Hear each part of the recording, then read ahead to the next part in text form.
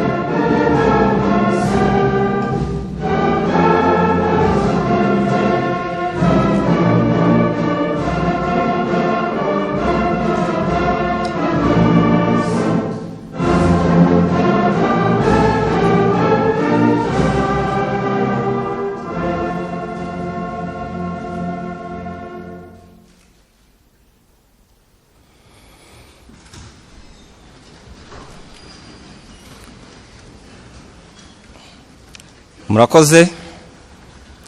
Nyakubahwa Perezida wa Repubulika, je uyoboye gahunda y'umuhango ugiye kubera hano nitwa Kamere Emmanuel, nkaba ndi Perezida w'Urukiko Rukuru rw'Ubucuruzi. Nyakubahwa Perezida wa Repubulika, banyacyubahiro bayobozi b'ikirenga b'inzego nkuru z'igihugu, banyacyubahiro batumirwa mwese muteraniye aha. Tunejejwe no kubakira muri uyu mwanya muri iyi ngoro y'inteko ishinga amategeko ahagiye kubera umuhango wo gutangiza ku mugaragaro umwaka w'ubucamanza wa 2016-2017. Muri uyu muhango abakuriye urwego rw'ubucamanza, urw'ubushinjacyaha n'urugaga rw'abavoka bakaba bagiye kubagaragariza Nyakubahwa Perezida wa Repubulika no kugaragariza muri rusange abanyarwanda n'inshuti z'u Rwanda intambwe bamaze gutera mu rugamba rwo kwimakaza ubutabera ndetse n'ingamba bafite z'igihe kizaza. Nyakubahwa Perezida wa Repubulika, ntabatindiye nagira ngo munyemereye nsabe umukuru w'urugaga rw'abavoka Maître Kavaruganda Julien kwigira imbere akatugezaho ijambo yaduteguriye kuri uyu munsi.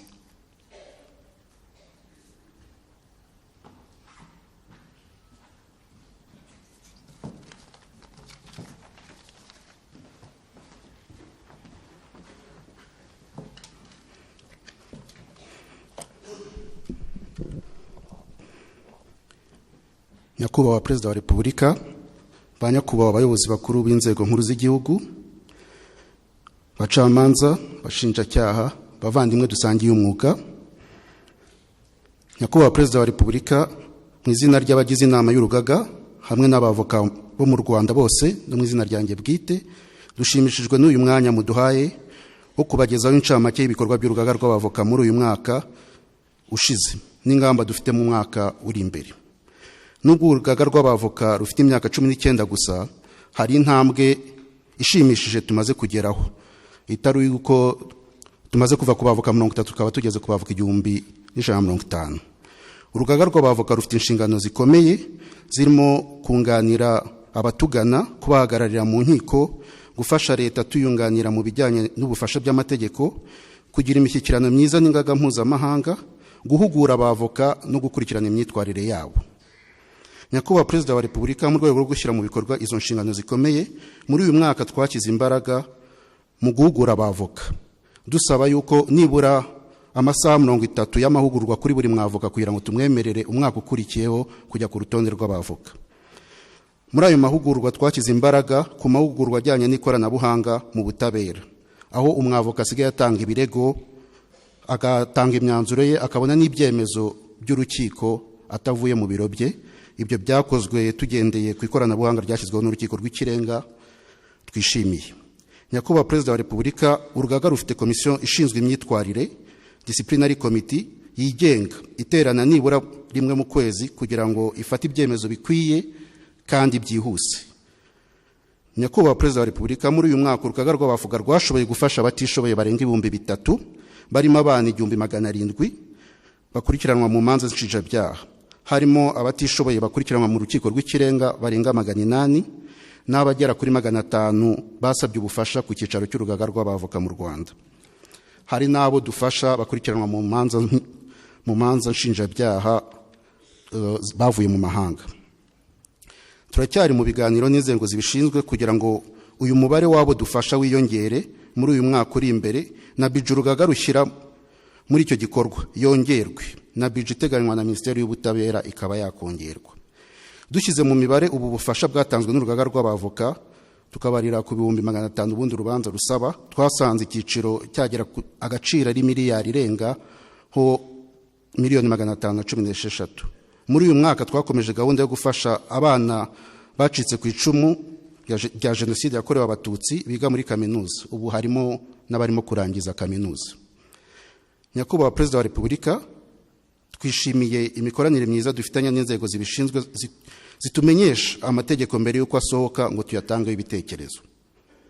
Nyakubahwa Perezida wa Repubulika, turashimira kandi uburyo igikorwa cyo kwegereza abaturage ubutabera, access to justice, gikorwa mu Rwanda ku bufatanye na Minisiteri y'Ubutabera n'izindi nzego z'igihugu z'ubutabera. Twishimiye igikombe cy'imikorere myiza twahawe n'ingaga zo muri Afurika y'Iburasirazuba, East African Law Society. Twishimiye kandi icyizere urugaga rwacu rwagiriwe n'abayobozi b'ingaga z'abavoka muri Afurika bateraniye Lagos muri Nigeria mu kwa kane k'uyu mwaka, basaba urugaga rwacu kuyobora itsinda ry'uburyo hakirwaho urugaga ruhuza abavoka bose bo muri Afurika, African Bar Leaders cyangwa Pan African Lawyers Union. Turashimira kandi abavoka bose bo mu Rwanda ubwitange, ubushobozi n'ubushishozi badahwema kugaragariza baharanira ko urugaga rwacu rukomeza guhabwa icyubahiro no kubahisha igihugu cyacu, ubutabera bwacu n'umwuga wacu aho banyuze hose. Mu mwaka uri imbere, Nyakubahwa Perezida, tuzakomeza gushimangira imikoranire myiza dufitanye n'izindi nzego z'ubutabera n'izindi ngaga ku isi. Mu myaka iri imbere tuzakomeza guhugura abavoka kuko ubumenyi ariyo nkingi yo kwizeza abatugana ko dufite ubushobozi bwo kubafasha. Mu myaka iri imbere tuzakomeza gushyigikira imikorere ya komisiyo y'imyitwarire y'abavoka kugira ngo babe indakemwa. Mu gusoza, Nyakubahwa Perezida wa Repubulika, tubashimiye ku nkunga mudahwema gutera ubutabera mu gihugu cyacu, kuko ibikorwa twavuze ntibyari gushoboka mutabigizemo uruhare, kandi uwo musanzu wanyu tukaba twizeye ko uzakomeza. Nyakubahwa Perezida wa Repubulika, mboneyeho kubasaba kuzatubera umushyitsi mukuru muri annual conference urugaga rwacu rugira, duteganya ko yaba tariki 16 z'ukwa 12 2016, izahuza abavoka bose bo mu Rwanda n'abandi bashyitsi bavuye mu ngaga zo mu bindi bihugu duhura mu bitwemereye, byatubera ibyishimo bidasanzwe. Murakoze, umunsi mwiza n'amahoro y'Imana.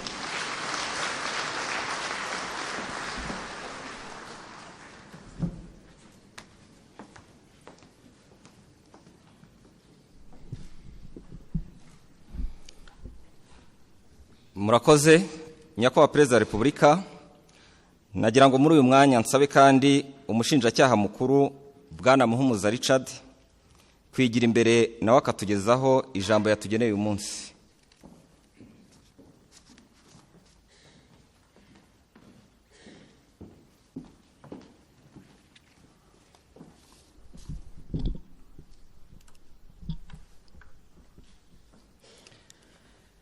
Nyakubahwa Perezida wa Repubulika, banyakubahwa abayobozi bakuru b'inzego nkuru z'igihugu cyacu, bacamanza, bashinjacyaha, abunganira abandi mu nkiko, namwe bakozi b'inkiko muteraniye hano, nagira ngo mbanze mbashimire Nyakubahwa Perezida wa Repubulika ko kubera uyu mwanya mu mpaye ngo ngire ijambo bageza kuri uyu munsi wo gutangiza umwaka w'ubucamanza wa 2016-2017.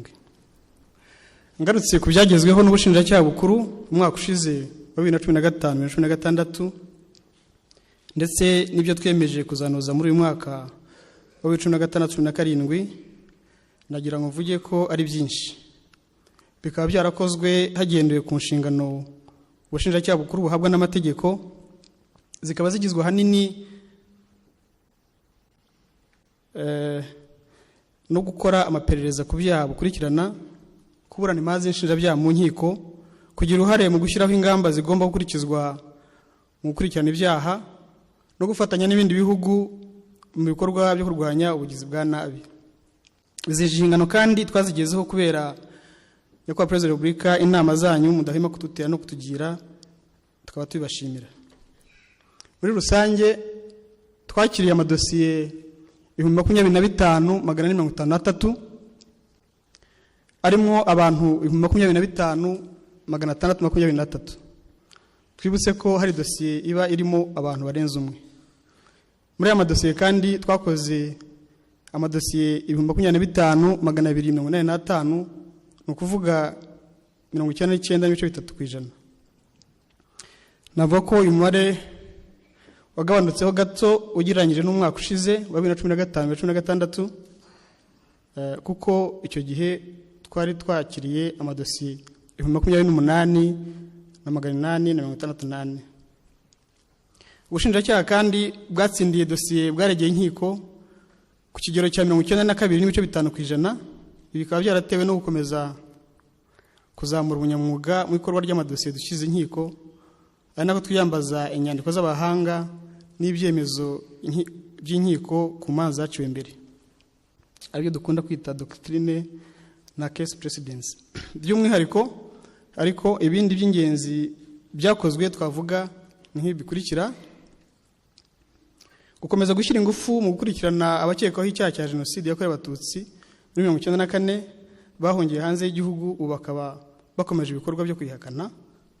Mu mwaka ushize twari twihaye intego yo gukora amaperereza ku bantu bakekwaho icyaha cya jenoside bahungiye hanze y'igihugu, tugakora inyandiko zitanga ibirego 200 zikanoherezwa mu bihugu baherereyemo. Ibi rero nk'uko twari twabyemereye twabigezeho, kuko twakoze kandi twohereza inyandiko zitanga ibirego 206 mu bihugu bitandukanye. Ikindi twakoze nuko dukomeje kuganira n'ibihugu twoherejemo izi nyandiko, tubikangura kuzishyira mu bikorwa. Muri uyu mwaka dushoje kandi twakomeje gukurikirana no gufatanya n'izindi nzego z'ubutabera z'ibihugu by'amahanga mu manza zibera muri byo. Dukurikirana kandi tugira uruhare mu manza z'abakekwaho gukora jenoside zabanarishijwe mu bihugu bya France, Germany na Sweden, mu manza z'abitwa ba Onesphore Rwabukombe, Claver Benyindi, Tito Barahira na Octavien Ngenzi. Bose bakaba barakatiwe igihano cy'igifungo cya burundu, nubwo hari bamwe bagihanyaza mu bujurire. Nyakubahwa Perezida wa Repubulika binyuze kandi mu mikoranire igenda irushaho kuba myiza hagati yacu n'inzego z'ubutabera z'ibihugu by'amahanga, mu mwaka ushize twakiriye abafungwa 2 bavuye mu bihugu bya Tanzania na DRC, bakaba bazaburanishwa n'inkiko z'u Rwanda, hamwe n'abandi 5 boherejwe mbere, ubu bakaba bariho baburanishwa. Twakiriye kandi abagize inzego z'ubutabera z'amahanga, regulatory commissions, ziba zije gukora amaperereza kubera amadosiye twagiye twohereza hanze, dusaba ko abantu baza kuburanishirizwa mu Rwanda cyangwa aho baherereye. Iki gikorwa tuzakomeza kugishyiramo ingufu. Mu gukurikirana abakekwaho gukora ibyaha bimunga ubukungu bw'igihugu, ubushinjacyaha bukuru bwongereye ubushobozi abashinjacyaha bagize iri shami rishinzwe gusaka akazi binyuze mu mahugurwa atandukanye, haba imbere no hanze y'igihugu. Muri urwo rwego kandi twashyirije inkiko amadosiye 445 aregwamo abantu 586. Bamwe muri bo bakaba bakurikiranyweho kuba bararegishije umutungo wa leta cyangwa kukoresha nabi, naho abandi bakekwaho kuba barakoresha umutungo w'amabanki, za microfinance ndetse n'amakoperative nabi. mu manza 400 zijyanye n'ibyaha bimunga ubukungu bw'igihugu zaboneshejwe mu mwaka ushize, abantu 483 muri 611 baburanaga bahamwe n'ibyaha baregwaga. Ubushinjacyaha kandi bwakurikiranye by'umwihariko abantu bavugwaho kurigisa umutungo wa leta. Kurigisa umutungo wa leta bashyize muri gahunda zigamije kuzamura imibereho myiza y'abaturage zirimo girinka, VUP, amafumbire, mutuelle de santé n'izindi. Umwaka ushize wa 2015-2016 abantu 205 bashyikijwe inkiko bashinjwa kuba bararigishije amafaranga muri izo gahunda. Nyakubahwa Perezida wa Repubulika, mu ikurikirana ry'ibyaha by'ihohoterwa rishingiye ku gitsina, umwaka ushize twakiriye amadosiye mu byiciro bitatu. Harimo amadosiye yo gusambanya abana, gusambanya abakuru ku gahato no guhoza ku nkeke abo bashakanye. Twakiriye amadosiye yose hamwe 2811. Hakaba harafatiwe umwanzuro amadosiye 2798, ni ukuvuga 99 n'ibice 5%. Aha turashaka kuvuga ko ikurikirana ry'abakekwaho ibi byaha ryahawe umwihariko, ndetse tukaba twarafashe n'ingamba zo kugerageza kubiburizamo, aho ubushinjacyaha busobanura hirya no hino mu mashuri uko iki kibazo gihagaze, itegeko rihana ibi byaha, ingaruka zabyo n'uburyo bwo kubyirinda. Nyakubahwa Perezida wa Repubulika, abanyacyubahiro mwese muri aha, nubwo ibyaha byose bigira ingaruka mbi ku buzima bw'igihugu muri rusange, hari bimwe na bimwe bifite ingaruka zihariye. Muri uru rwego twashyize umwihariko ku byaha birimo gucuruza abantu, ingengabitekerezo ya jenoside, ibyaha byo kwangiza ibikorwa remezo, ibyaha bya ruswa no kunyereza umutungo wa leta, n'ibyaha byo kunywa no gucuruza ibiyobyabwenge. Ibyakozwe ku buryo burambuye kuri ibi byaha biragaragara mu dutabo twabashyikirije Nyakubahwa Perezida wa Repubulika. Imbogamizi twahuye nazo ntabwo zitandukanye n'iz'ubushize. Twavuga hanini nk'umubare w'amadosiye ubushinjacyaha bwakira utagabanuka ku buryo bugaragara, cyane cyane ko ku byaha byo gufata ku ngufu abana n'abakuru, ubujura, ibiyobyabwenge, gukubita no gukomeretsa n'ibindi. Nk'uko kandi n'ubushize twabivuze, ubushinjacyaha bukuru bukanohereza mu bihugu bitandukanye inyandiko zitanga ibirego mu gukurikirana abakekwaho jenoside yakorewe abatutsi bari hanze y'igihugu, ariko ibyo bihugu baherereyemo ntibyihute kuzishyira mu bikorwa. Mu guhangana n'ibibazo, twakoze ubushakashatsi dufatanyije na polisi y'igihugu, tuzenguruka uturere 15 ngo tumenye igitera ibyaha bimwe na bimwe guhora byiyongera mu gihugu cyacu. Ibizavamo bikazadufasha kugira prosecution police ihamye izajya ivamo ubwiriza abashinjacyaha n'abagenzacyaha bazajya bagenderaho mu kazi kabo. Tuzakomeza kandi gushishikariza ibihugu by'amahanga abakoze jenoside bahungiyemo kubohereza mu Rwanda, cyangwa aho bidashobotse bakababuranishiriza aho bari. Ubu kandi twatangiye gukoresha ISMS, aribwo buryo bwo gukora amadosiye no kuyaregera inkiko hakoreshejwe ikoranabuhanga. Nkampamya yuko nayo izadufasha mu kwihutisha akazi. Abakozi bakomeje guhabwa amahugurwa atandukanye ngo bongere ubunyamwuga, maze bituma akazi kihuta kandi karushaho kunoga.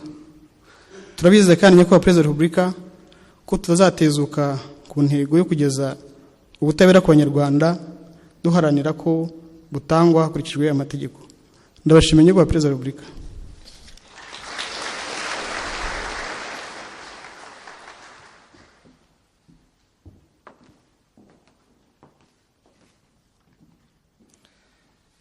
Murakoze Nyakubahwa Perezida wa Repubulika.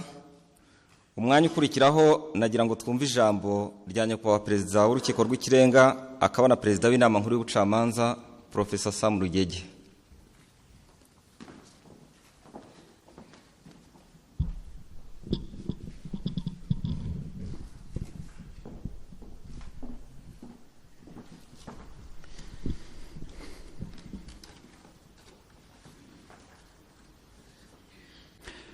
Nyakubahwa Perezida wa Repubulika, banyacyubahiro mwese muteraniye hano, mbaje kubasuhuza kandi mbashimira ko mwitabiriye umuhango wo gutangiza ku mugaragaro umwaka w'ubucamanza wa 2016-2017.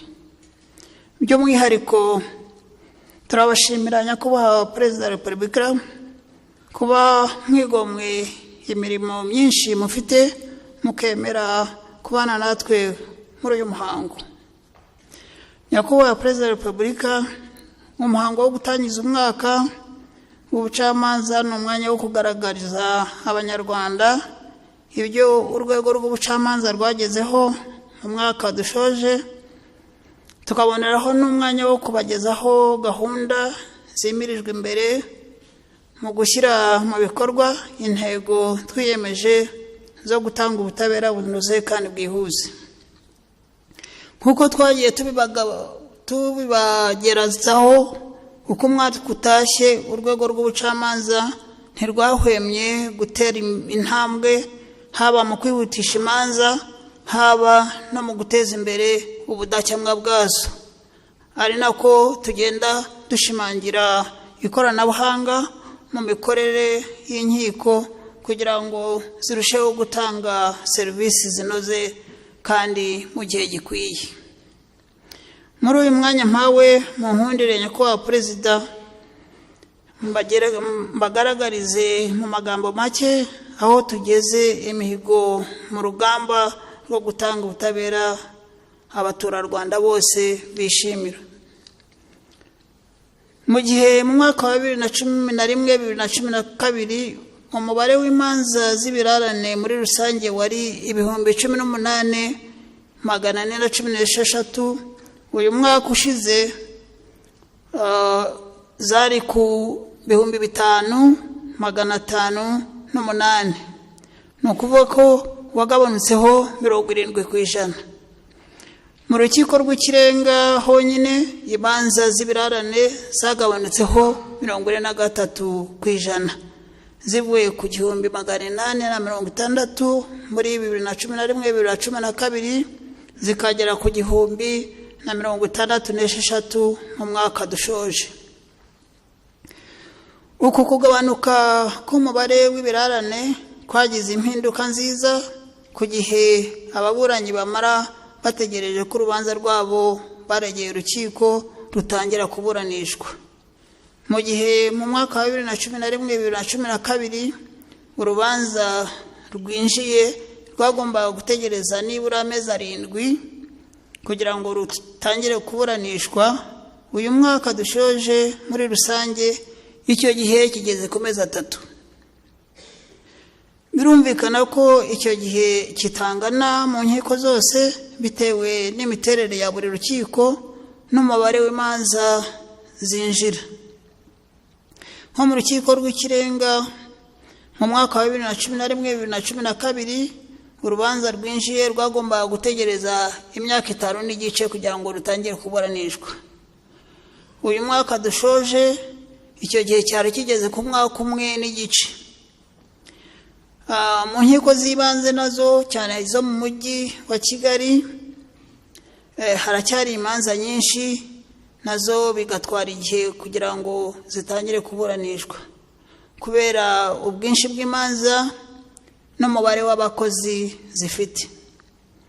Gusubika imanza nabyo byagiye bigabanuka cyane uko imyaka itashye, bigatuma guca imanza byihuta.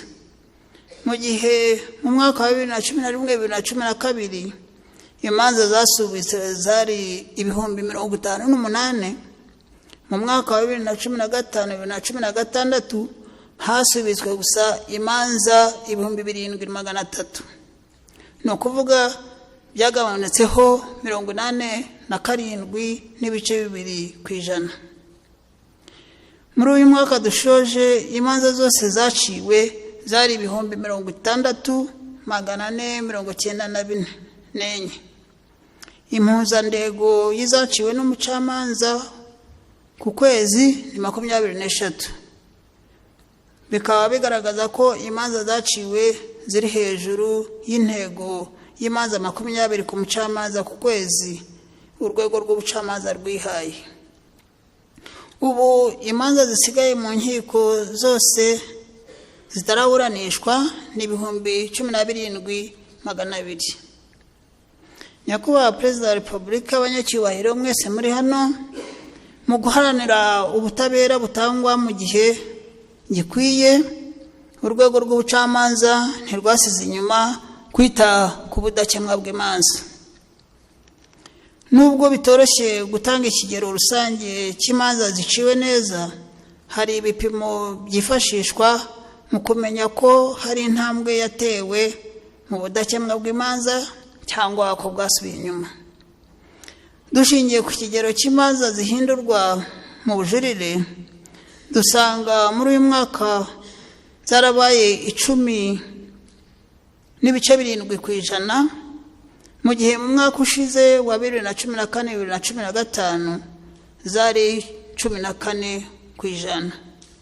Ibi bikaba bigaragaza ko kumva no gusubiza ibibazo bisa mu buryo bumwe bigenda bitera imbere. Muri uru rwego, urwego rw'ubucamanza rukomeje gushyira ingufu mu ngamba rusanganywe, arizo gukomeza guhugura abacamanza n'abanditsi hagamijwe kuzamura ubumenyi ahagaragaye intege nke, kuganira ku manza zaciwe hagamijwe kurushaho gukorera mu mucyo no kungurana ubumenyi,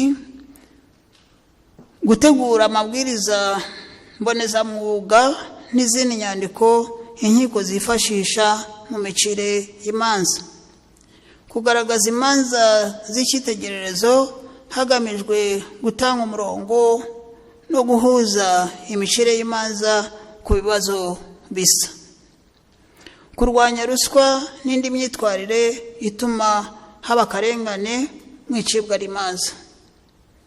Nyakubahwa Perezida wa Repubulika, kugira ngo abagana inkiko bahabwe ubutabera bunoze ntibisaba gusa ubumenyi, binasaba ahubwo abakozi b'inyangamugayo ku rwego rwo hejuru, kugira ngo ububasha bahabwa n'itegeko bushingiye ku kazi kabo batabukoresha mu nyungu zabo bwite cyangwa mu buryo bunyuranyije n'amategeko. Niyo mpamvu urwego rw'ubucamanza ruhoza ijisho ku myitwarire y'abacamanza n'abanditsi kugira ngo badateshuka kuri iyo nshingano yo kuba indakemwa no kuba abanyamwuga nyabo. Hari gahunda ihoraho yo kurwanya ruswa, akarengane n'imyitwarire itaboneye mu bucamanza nk'uko bigaragara muri raporo irambuye twabashyikirije. Uteshutse ku nshingano n'ugaragayeho imyitwarire mibi arabihanirwa. Ni muri urwo rwego abacamanza 3 n'abanditsi b'inkiko 2 bashyikirijwe inama nkuru y'ubucamanza ibafatira ibyemezo bitandukanye birimo no kwirukanwa burundu. Intambwe imaze guterwa mu kwihutisha imanza tuyikesha hanini ikoranabuhanga. Ubucamanza bumaze igihe bushyira imbere ikoranabuhanga. Uyu mwaka hatangijwe uburyo bushya bwo kuboneza imikorere n'imikoranire hagati y'inzego zishinzwe ubutabera, Integrated Electronic Case Management System. Bagenzi banjye 2 babikomojeho.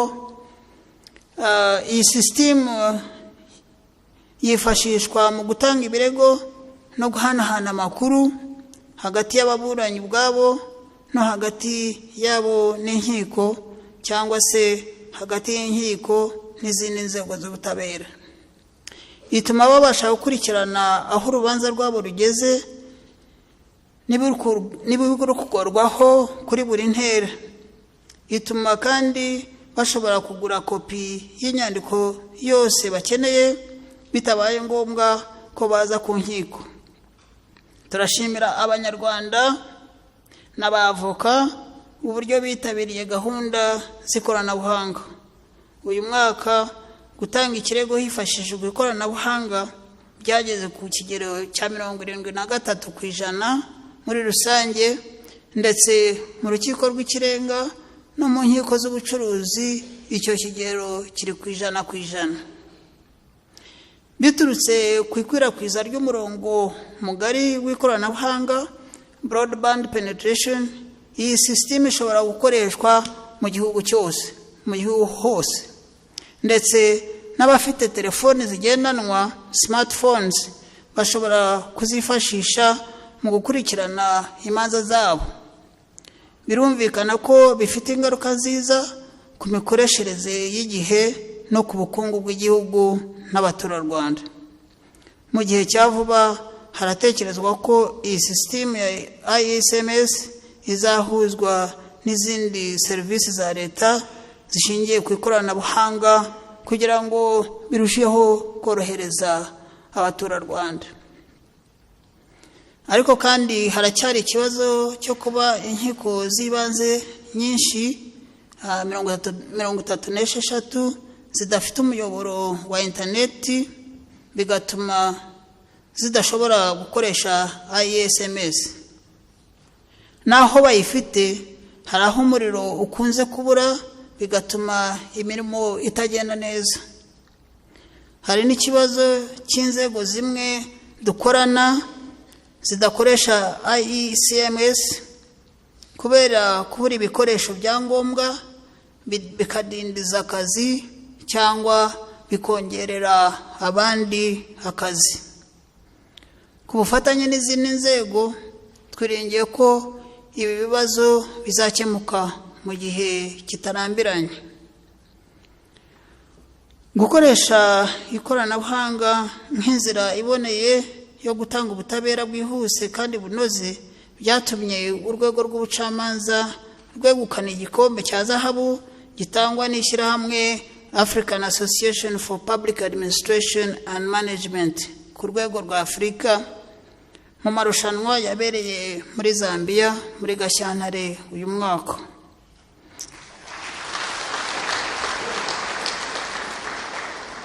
Nyakubahwa Perezida wa Repubulika, iterambere urwego rw'ubucamanza rumaze kugeraho rigaragarira mu kuba abanyarwanda n'abanyamahanga bagenda barushaho kugirira icyizere ubucamanza bw'u Rwanda.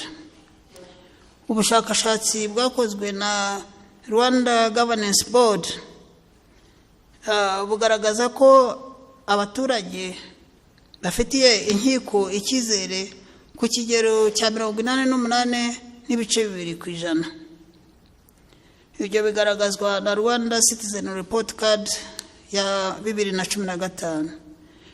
Ubushakashatsi bwakozwe na Transparency International Rwanda muri uyu mwaka wa 2016 ku nkiko z'ubucuruzi bugaragaza ko abanyarwanda bishimiye imikorere y'inkiko z'ubucuruzi ku kigero cya 73.7%, kivuye kuri 67.6% mu mwaka wa 2014. Icyegeranyo giherutse gusohoka cya World Economic Forum Competitiveness Report 2016-2017 kigaragaza ko u Rwanda ruri ku mwanya wa 25 mu bihugu 138 byo ku isi byagenzuwe. Rukaba ari urwa kabiri muri Afurika nyuma ya South Africa, rukaba n'urwa mbere muri East Africa mu birebana n'ubwigenge bw'ubucamanza. Icyo cyegeranyo kandi cyerekana ko ku bijyanye no kunoza akazi mu gukemura amakimbirane, efficiency of legal framework in dispute settlement, u Rwanda ruri ku mwanya wa 11 mu bihugu 138 byagenzuwe, nyuma ya South Africa again iri ku mwanya wa 9 ari nayo ya mbere muri Afrika. Ibyo byose bivuguruza ibiherutse gutangazwa n'abanyapolitiki bo mu nteko ishinga amategeko y'ibihugu byunze ubumwe by'Uburayi, aho banenga imicire y'imanza mu nkiko z'u Rwanda bavuga ko zitigenga, ko hari imanza zigomba gusubirwamo hagashingirwa ku bimenyetso no ku mategeko mu bwisanzure. Twakwibutsa ko gusubirishamo imanza bifite inzira ziteganywa n'amategeko y'u Rwanda, ariko twakongeraho ko tubamenyesha ko icibwa ry'imanza mu Rwanda rishingira ku bimenyetso bifatika, ku mategeko kandi mu bwisanzure. Kuba ushinjwa ari umunyapolitike ntacyo bihindura. Iyo yishe amategeko agahamwa n'icyaha ahanwa nk'abandi bose hashingiwe ku mategeko ariho. abo banyapolitike kandi banenga amategeko y'u Rwanda bavuga ko adahuje n'amategeko mpuzamahanga, ko agomba guhindurwa. Nyamara ayo mategeko bavuga ahuje neza n'amategeko y'ibihugu by'Uburayi bitari bike, harimo Austria, France, Belgium, Switzerland, Hungary n'ibindi byinshi. ngira ngo ikibazo dufite nuko twakomeje gukoresha amategeko y'igikoroni nyuma y'uko tubonye ubwigenge.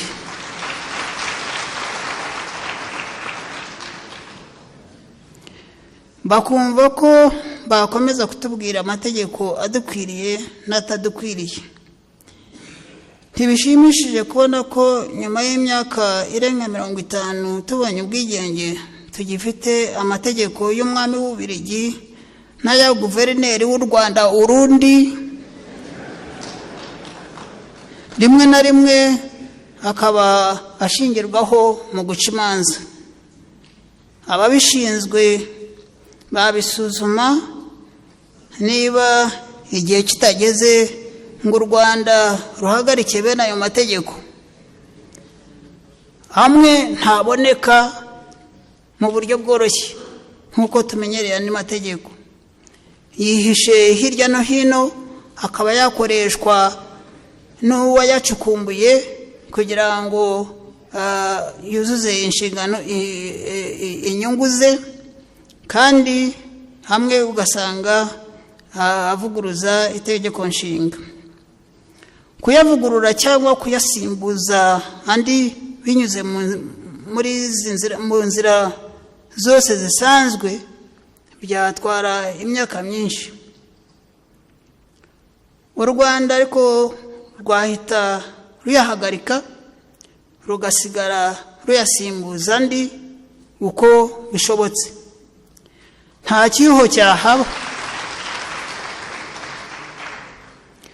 cyuho cyahaba kuko amategeko ateganya uko umucamanza abigenza iyo nta tegeko rihari rigenga ikibazo.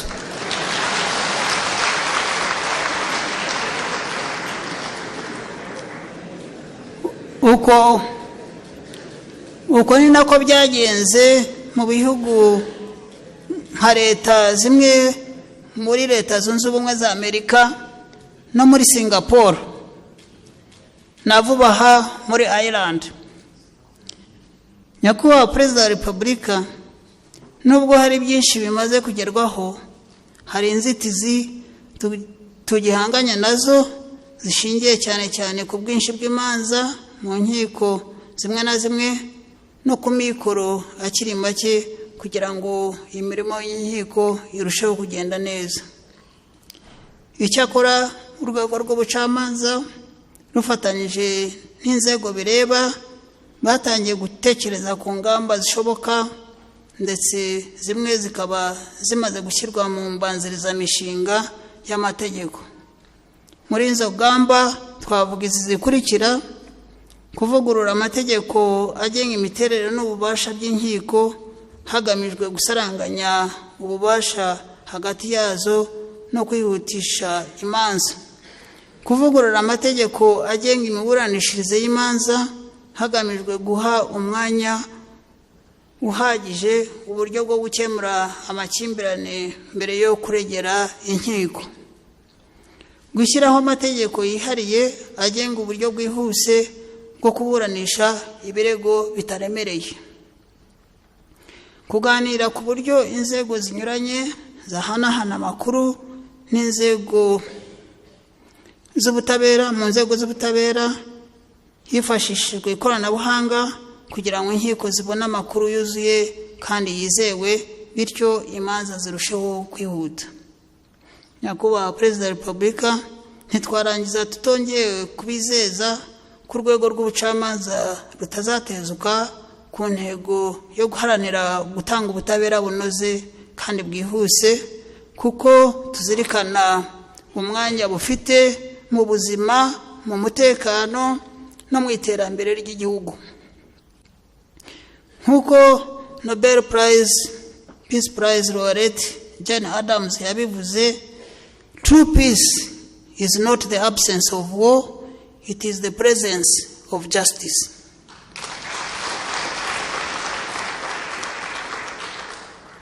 Tuboneyeho kandi gushimira abacamanza n'abanditsi n'abakozi b'inkiko uruhare bagize mu byagezweho byose muri uyu mwaka dushoje, tubashishikariza kujya biyibutsa ko inshingano yabo ya mbere atari uguca imanza ubwabyo, ahubwo ari ugutanga ubutabera nyabwo kuri bose nta vangura iryo ari ryo ryose. Turashimira kandi abanyarwanda muri rusange n'abafatanyabikorwa batandukanye kuko uruhare rwabo rwabaye ingirakamaro. By'umwihariko turabashimira nyakubahwa Perezida wa Repubulika, mwebwe ubwanyu na leta muyoboye ku nkunga y'uburyo butandukanye mudahwema gutera urwego rw'ubucamanza ngo rubashe gusohoza neza inshingano zarwo. Mboneyeho nyakubahwa Perezida wa Repubulika kubasaba kutugezaho ijambo mwatugeneye kuri uyu munsi. Murakoze.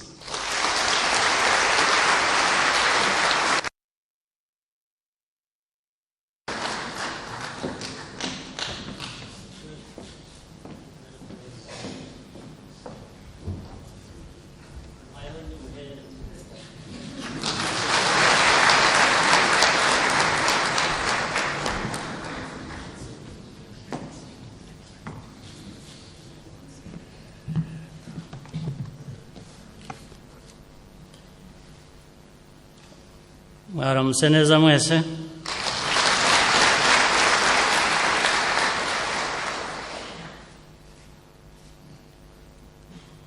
Senior leaders of our country, judges and prosecutors, members of the Rwandan Bar Association, members of the diplomatic corps, distinguished ladies and gentlemen. I'm honored to join you to launch the new judicial year. Let me start by thanking everyone in the sector for your service to our country.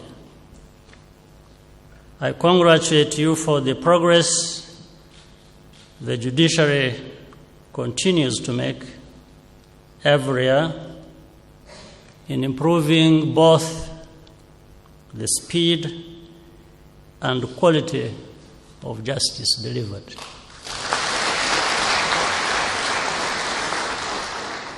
In the last 22 years, we have witnessed the systematic growth, reform, and modernization of the judiciary, keeping pace with the wider transformation that our country, Rwanda, is undergoing. The fruit of your commitment and efforts is first and foremost the high trust Rwandan citizens have in our judiciary system. This fact has also been recognized by several international institutions where Rwanda is consistently highly ranked, as also the Chief Justice has mentioned. these achievements should serve as motivation to do even better, because as capacity increases and new ways of working become entrenched, the challenges we face become more complex. There are several factors that will help us make even more progress in the years to come. First, the recent reforms of police and criminal justice agencies aim to strengthen our institutions and make them more efficient as well. The effectiveness of the reorganization will be evaluated against enhanced standards. The more streamlined institutions will have the opportunity to grow and acquire the capacity to respond more effectively to the requirements of local and global law enforcement. Second, I'm pleased to learn that the new case management system is being widely used.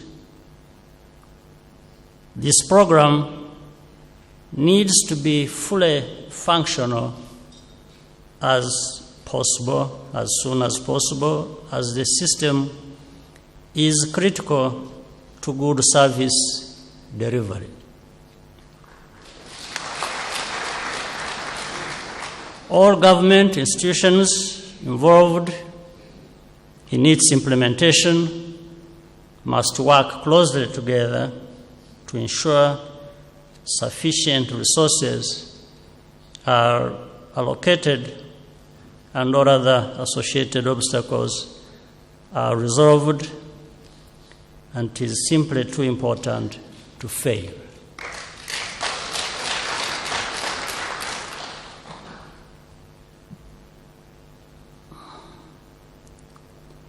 Finally, the integrity of the judiciary must remain a top priority. I have every confidence that with continued hard work, we will mobilize all the resources and technical capacity required for an efficient and professional sector. But judicial personnel must always try to be beyond reproach. For the judiciary to serve its purpose, and maintain the confidence of citizens. The Chief Justice was talking about training, retraining, and all these are very important. And they mainly work to improve knowledge and expertise.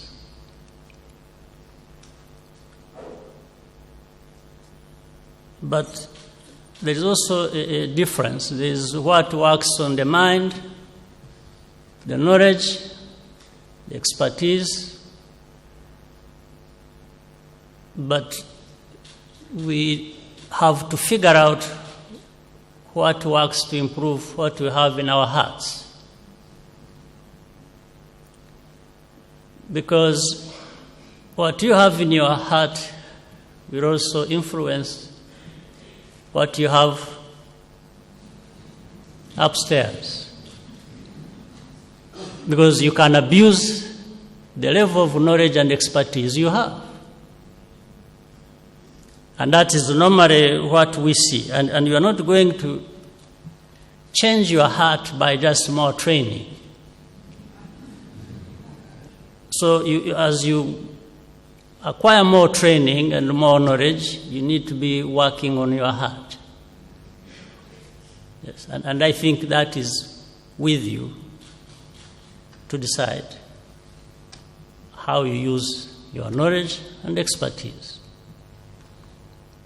so that in exercise of your duty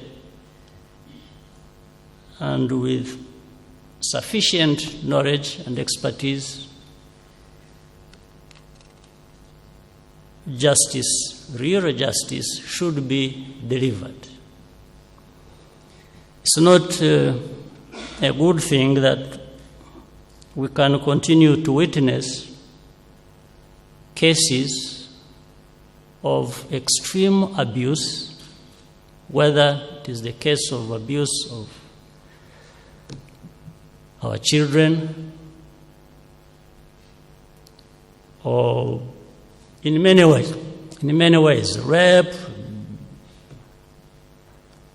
other sexual abuses, or children and adults being sold like potatoes on the market. And when these cases, even when they are backed by evidence, sometimes, depending on who is involved, these people get away with responsibility in these extreme cases. So here, sometimes it is not a lack of knowledge or expertise, it is a lack of sensitivity. It's a lack of something that should be guiding us to make sure that we think about those who are at the receiving end, the actual victims. These children or the parents of those children. So I leave it with you to continue trying to improve on the outcomes of such justice processes. So we expect that you will continue to take appropriate actions to ensure the integrity of judicial decisions, even where there are these challenges that I have already mentioned. It is clear that there is increasing satisfaction in the work of government in general and in our judiciary in particular. So we want to thank you for that, and as we continue.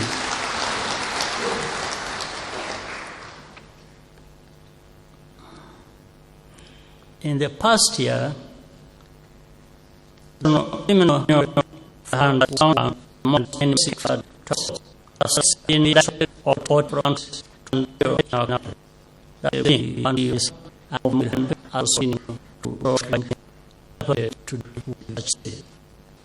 was I going to be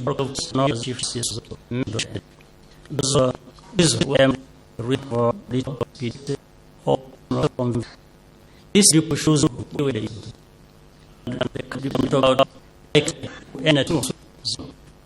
The message is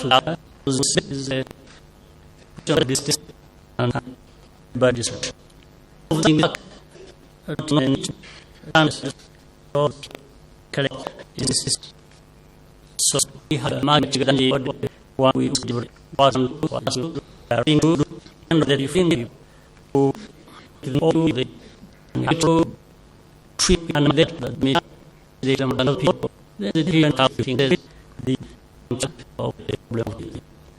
This year, not giving you just cases coming on kind with nothing. To do with your what's you trust people need it is about comes on therefore is means of it is for this is a case they was different and is and the person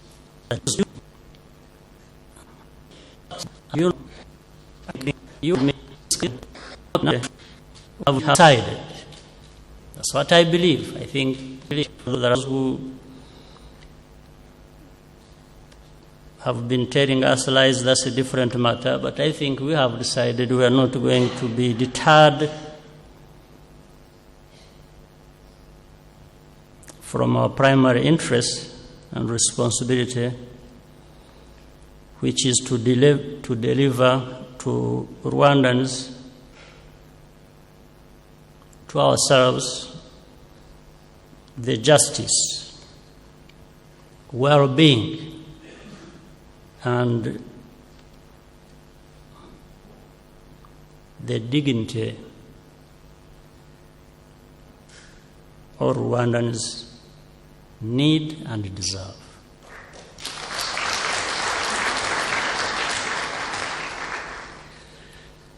And of course, this situation has been there from the beginning, in any case. I think we started even from a much worse situation, against so many odds. And I think we have made good progress. There has been good progress that we can be proud of today. Let me, before I close my remarks, because of what I've been talking about for the last 3 minutes or so,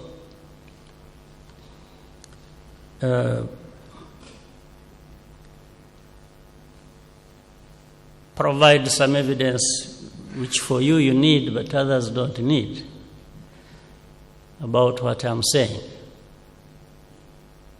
about the odds and challenges we have to deal with every day as we also strive to make improvements in our situation. And because of this day, the day that has brought us here, I think talking about that fits very well. You have been aware for a long time of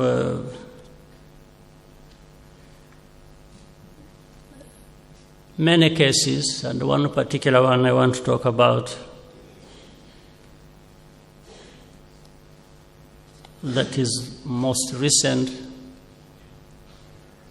meaning at least in terms of new developments.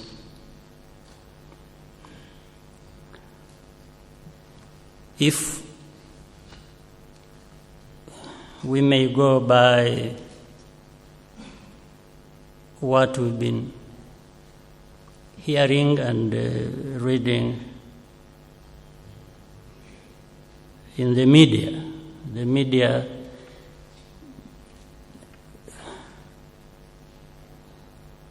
which is always in, and we want it to be independent, but serves good political purposes for some people.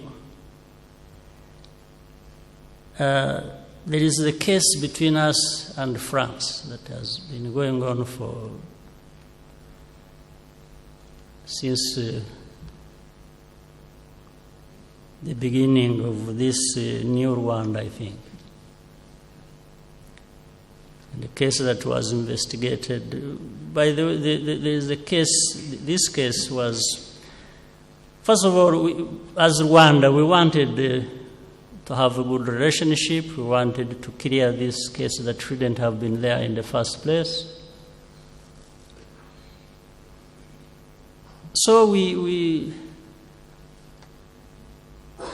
submitted ourselves to saying, okay, let's you come here and have access to anything you want.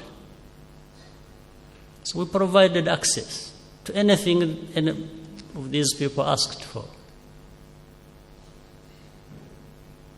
They were all over the place, across the continent. They were all over wherever they wanted.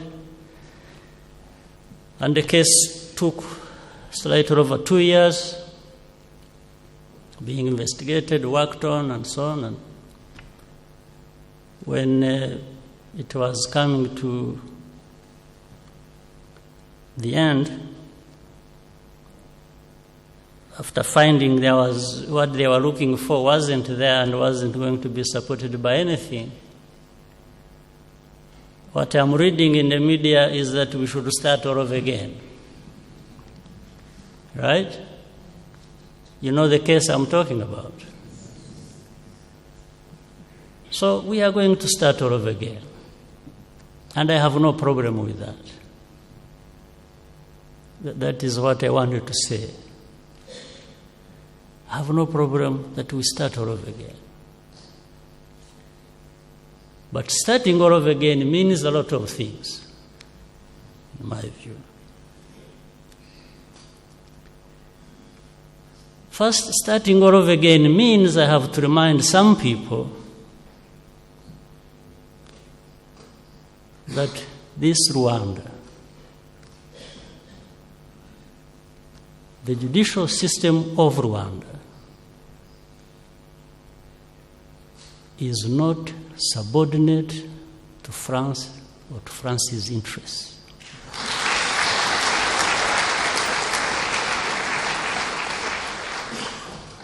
So we were, from the beginning, under no obligation or any feeling that Rwanda was... The Chief Justice talked about a colony and colonial times and colonial laws and so on. We are under no such things as far as we relate to countries, especially of this nature. Second,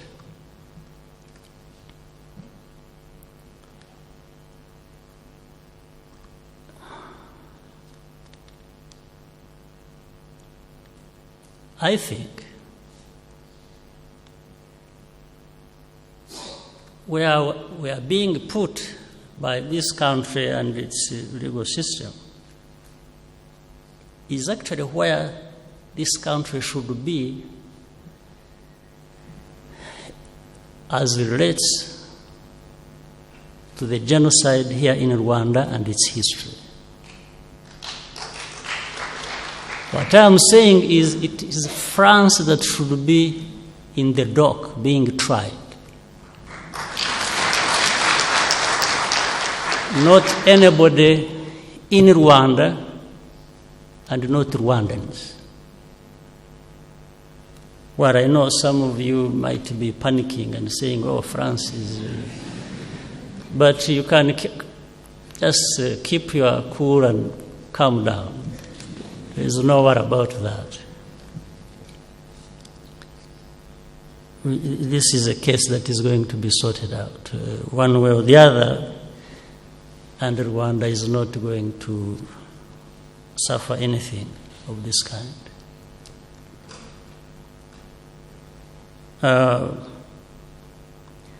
So I think we've been abused in many ways now, this time twice. First, we have a case that shouldn't have been there in the first place. Second, we submitted ourselves to saying, let's cooperate and get rid of this case as they requested. And we just gave people benefit of the doubt. And we thought with the benefit of doubt, we could just continue normal relationship and move on. But now, so even with some few Africans associated with them in that case, can really do nothing about it other than just being poor and bad Africans themselves, which hurts them, not us. I think it's so we will start all over again. And start all over again means I may even ask, among the diplomats here, there are those who remember in the old days who, when instead of going for a visa in the French embassy, you would go to another embassy because the country of that embassy represented France's interests here. So starting all over again may mean that again. So I'm asking the one who did that good service to us to prepare to do that good service to us once again. So we're giving it time. We are calibrating it properly, and we are leading to that kind of situation. If starting all over again is a showdown, we will have a showdown. There's no problem about that. So, again, don't worry. Leave it to me. We'll handle it very easily.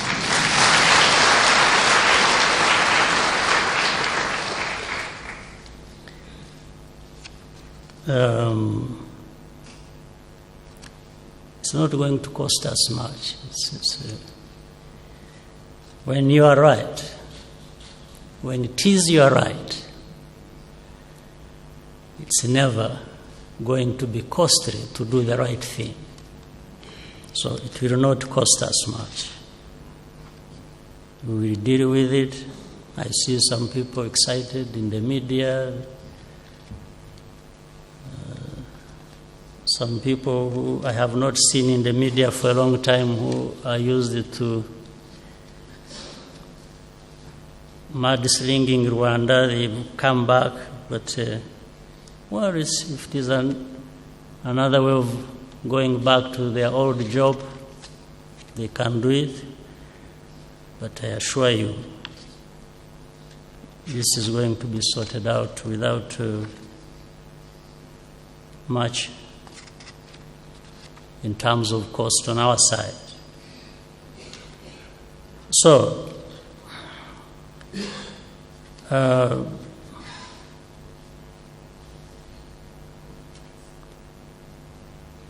once again, let me thank you for your commitment and assure you of continued support. The government will provide sufficient support from our own means, and I hope we shall continue to work together to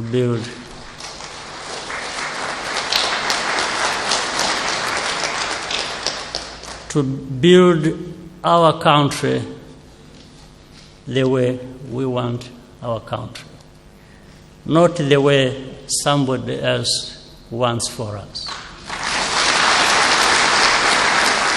Thank you very much.